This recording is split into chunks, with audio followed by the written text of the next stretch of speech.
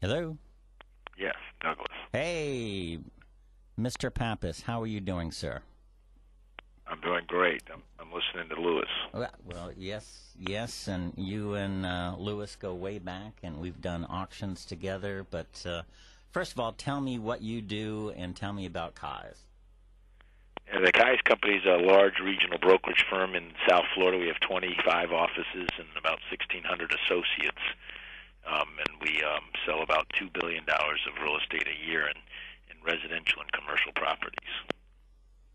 Okay, and throughout South Florida, how far do you go, and how far south and west, and all that kind of stuff? We're in the Gold Coast. I mean, down to Homestead in the south part of Miami, and we go all the way up to Jupiter, which is the Dade, Broward, and Palm Beach County. And we do have an office in the Hutchinson Island, and a beautiful Hutchinson Island right on the beach, and another one right across the street from the beach in New Smyrna Beach, which is Volusia County. So basically the East Coast, but mainly the South Florida area. We touch you a little bit up north there in New Smyrna Beach. Well, you do residential, you do commercial, and again, the company has been around for a long time. It's a figure in real estate for many years. When did Kai's actually begin? It started in 1926. A man named Ken Kai's came out of Ohio and came to the boom of South Florida at that time, and the Merricks and the Fishers and the Meisners and all the names that you know were kind of booming. And then there was a hurricane that came through in September of 26 that pretty much shut down South Florida and Miami, and he got into property management, and then we went into a little bit of a slowdown in the 30s, and then we caught the boom after World War II with the suburban growth, and the company expanded at that time. Well, very good. What is the Miami market doing right now? And again, you've been with Kai's and real estate for a long time. You're a CCIM, which is the elite commercial brokers of the world. You've been ups and downs. Tell us what's happening in Miami right now. Yeah, no, there's no question. We've been on a roller coaster ride. We hit the boom. Everybody bet on the sun and the sand a little early, along with Arizona, Nevada, and California. So, and then with the underwriting requirements that were eliminated, we definitely got people that probably shouldn't have been buying, and we had one of the biggest building booms in South Florida's history, probably the biggest building boom, with over 40,000 condos being built here in the last decade. So we saw prices soar, and now we've seen prices drop like a lead balloon, and that's bringing on international, European, Canadian folks that we've never seen in droves. And so our units sales so far for this year and even last year will surpass the 2005 boom in unit sales, because people realize what a bargain it is with low interest rates. In fact, affordability, taking the median or average income against the average or median home, is 2 to 1, meaning an average individual can buy twice the value of an average home today because of all those factors that we just talked about. So we're seeing a robust turn. Obviously, the issue that hasn't happened is price increase, and we may even still see a little bit of a price decrease as we're moving through and digesting all of these foreclosures and distress sales that are driving down the prices, that are bringing in the world money, so to speak, to South Florida. So it's quite an exciting time, and there's no question that long term it bodes well, because we have limited land. To the west of us, we have the Everglades. To the east of us, we have the ocean. We in South Florida are like Long Island, 125 miles long from Jupiter to the Keys, and literally by 25 miles wide. So, and there's currently 6 million people that live down here. We'd be the 36th largest GDP in the world of all economies, and so I think it gives you some sense of the size and scope and opportunities. Well, very good. In the boom time, it seemed like everybody had a broker's license, a real estate license, and you know, people were saying, "Hey, we're going to get into the real estate game because it's a way to make money." And are you seeing a difference in your agents, that they are more mature, they're more trained? You know, how do you feel about that change?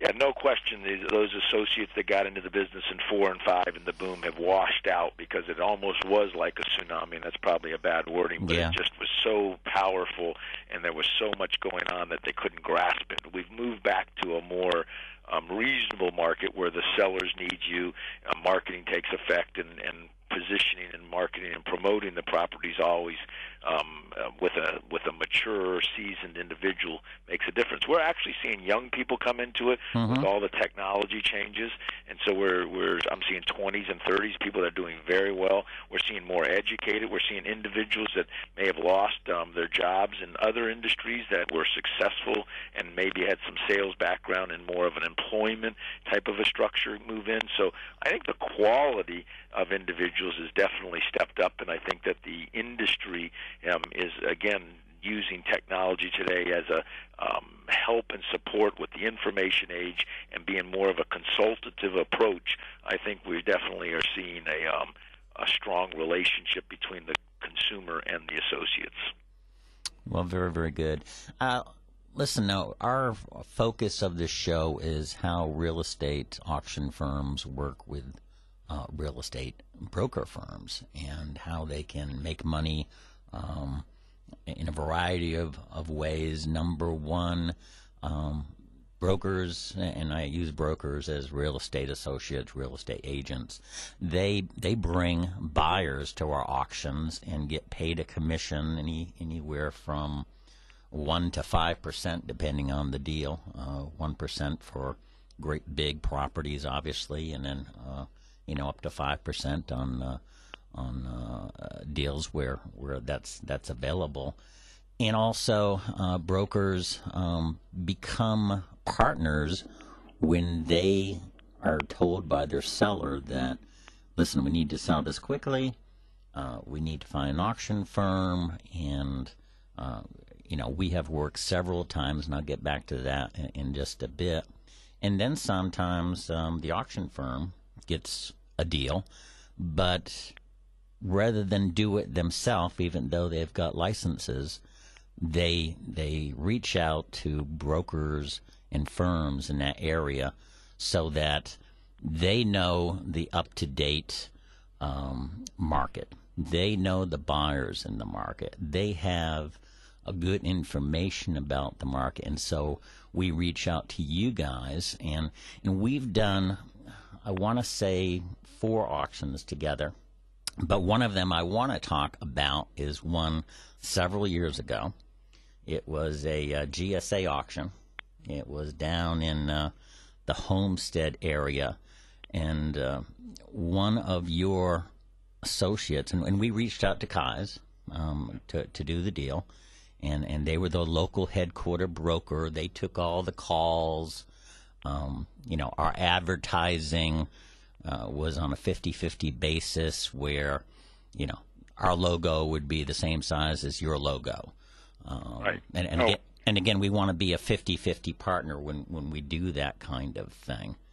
And anyway, and that was a big success, Doug. I mean, I think you know the story, and I think there's no question that we've enjoyed partnering with you.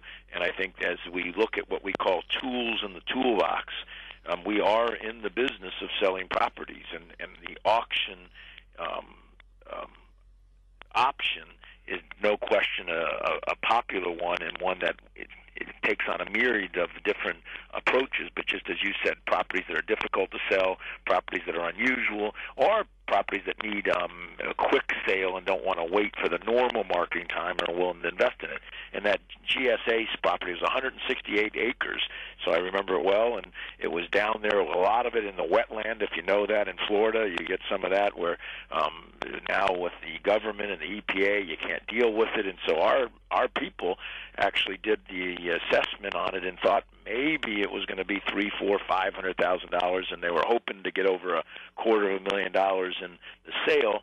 And through your marketing efforts, I mean, there was 30 and 40 people showed up, and I think over a dozen or so that brought in $25,000 checks, and it just was a big success. And just like always, the neighbor of the property is usually the best buyer, but without your great marketing, without the great efforts, that neighbor may not have stepped up and ended up paying a whopping $1,250,000 for a property that we thought was less than $500,000, and it was the neighbor that wanted it, and as a buffer against the other people. So congratulations, that was a great success, and we still talk about that today. Well, I appreciate that because the reason why they were there and were being competitive with bidding is because your professional suggested, because it was wetlands, that a developer couldn't do anything with the property, or it would be very difficult, even though this was a time when maybe developers would want to try. But what your people did, and Bill T-Ball and Steve Rybell came up with this plan, is to go after cell phone companies and satellite companies and towers. And those were the people who came, and those are the people that helped the bidding process. And again, it was a tremendous success. And well, you know that the old adage is there's uniqueness about a property, and the only way that I think the brokers and auctioneers' job is to expose the property to the masses, yes, bring the buyers together, and when you can bring a number of them together, as you do and do so well, and they're there together, and you do at times get this feeding frenzy or get this competitive bidding, and then that obviously maximizes the opportunities for the seller, as it did in this case, which was the government. And I think you've gotten their letters of approval and thanks, because I don't think they even expected anywhere near as to get what they were able to receive for that piece of property. And I think we're moving into a government sale of a lot of property. If you listen to our president recently saying to help balance the budget, they may be selling some government property. So I think it's timely even to remember that. Well, I appreciate it.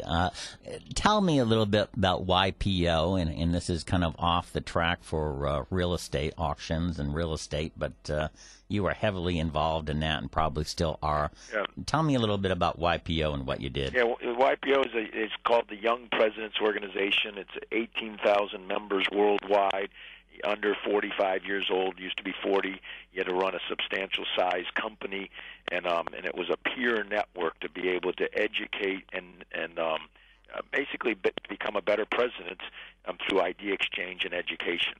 And there's 350 chapters around the world in 100 countries, and I did have a nice opportunity to run up the governance ladder and actually became the international chairman in the 7-8 year, which was just spectacular. I got to visit 55 countries, and I was gone about 200 days as our market was unraveling. So it gave me some a reason to get away from the falling market. And so now that I've gotten back into it, the market's rising since that period of time. 8, we've done better in 9, better than 10, and it looks like 11 is going to be even better than 10. So we're encouraged about the future, but that was a rough ride at that time. Well, it's also an organization that helps the community, and again, you've always been that person that reached out to the community in Miami to help through your agents and through your associates. And I want to thank you. Tell us how we can reach you and our listeners can reach you, because you are the voice of Miami as far as it comes to real estate. If anybody needs any help in South Florida, any questions they have,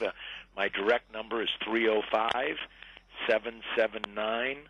the same year that our company was founded. So 305-779-1926. My email is Mike Pappas, P as in Peter, A-P-P-A-S, all P's, good Greek name, and at Keyes, K-E-Y-E-S.com. So just with eyes with a K in front of it, Mike Pappas at Keyes.com. And again, Doug, we just thank you for your professionalism, the partnership that we've had, adding it to our toolkit as a broker was gave us an edge over our competition, and also gave our associates some good dollars as they work together with you. Well, very good. I appreciate it. And again, Mike's website is www.keyes.com, and again, thousands of agents in the area. Mike, thank you so much, and have a great day. You too.